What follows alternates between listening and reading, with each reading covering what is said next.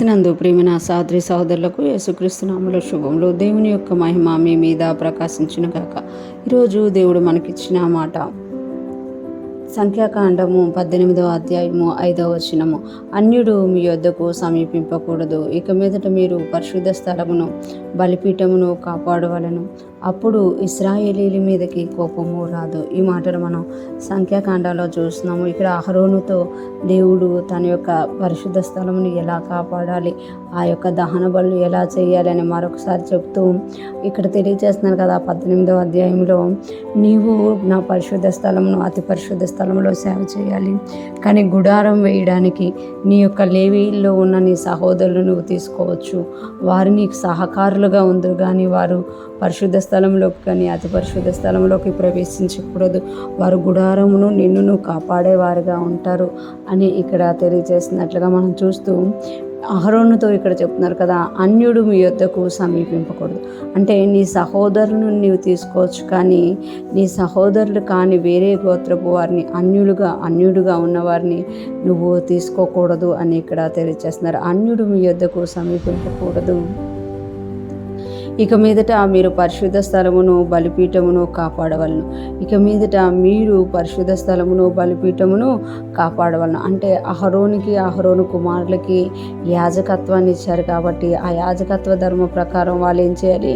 పరిశుద్ధ స్థలమును బలిపీఠమును కాపాడవలను. అప్పుడు ఇశ్రాయేలీల మీదకి కోపం రాదు.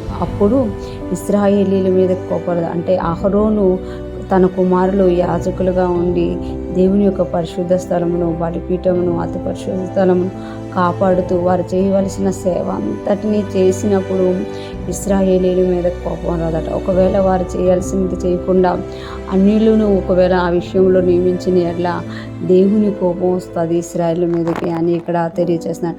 అంటే ఎవరిని దేవుడు ఎక్కడ నియమించారో వారు ఆ పనిలో నిలబడి ఉండాలన్నమాట. వారు కాకుండా ఇతరులు ఆ పనిలో చేరితే దేవుని యొక్క కోపము వస్తుంది. ఎందుకంటే దేవుడు చెప్పిన వారు దేవుడి నుండి విని చేస్తారు కాబట్టి దేవునికి ఇష్టంగా చేస్తారు. అదే బయట వారు వచ్చి చేసినప్పుడు వాళ్ళకు నచ్చినట్టుగా చేసేస్తారన్నమాట. అందుకే ఇక్కడ చెప్తున్నారు కదా, అన్యుడు మీ యొద్దకు సమీపింపకూడదు, మీరు మాత్రం పరిశుద్ధ స్థలమును కాపాడాలి అని. ఈరోజు ఫ్రెష్ మనం వింటున్న ప్రతి ఒక్కరు జ్ఞాపకం చేసుకోవాలి. కృత నిబంధన భక్తులుగా మనమే యాజక సమూహములుగా ఉన్నామన్నమాట. మనం ఎప్పుడైతే దేవుని యొక్క నుండి విని దేవునికి ఇష్టంగా మనం జీవిస్తామో అది అనేక మందికి ఆశీర్వాదకరంగా ఉంటుంది. ఒకవేళ మనము దేవుని నుండి వినకుండా ఇతరుల విషయంలో ఇతరులకు మన పనులు అప్పగించేసినప్పుడు వాటి వలన వాళ్ళు ఒకవేళ దేవునికి ఆయాసకరంగా చేస్తే కోపం వస్తుంది అని ఇక్కడ మనకి తెలియచేయబడుతుంది. ఈరోజు ఫ్రెష్ మన అంటున్న ప్రతి ఒక్కరూ కూడా దేవుని యొక్క మనస్సెరిగి పనిచేయువారిగా ఉందముగాక. కృత నిబంధన యాజకులుగా మనము మన పరిశుద్ధ స్థలాల్ని, మన హృదయమును బలిపీఠమును మందసమును కాపాడే వారంగా, దానిలో నుండి దేవుని ఆశీర్వాదం మన చుట్టూ ఉన్న వారికి మనం పంచేవారిగా ఉందముగాక. దేవుని కృప మనందరికీ తోడై ఉండి నడిపించునుగాక. ఆమేన్.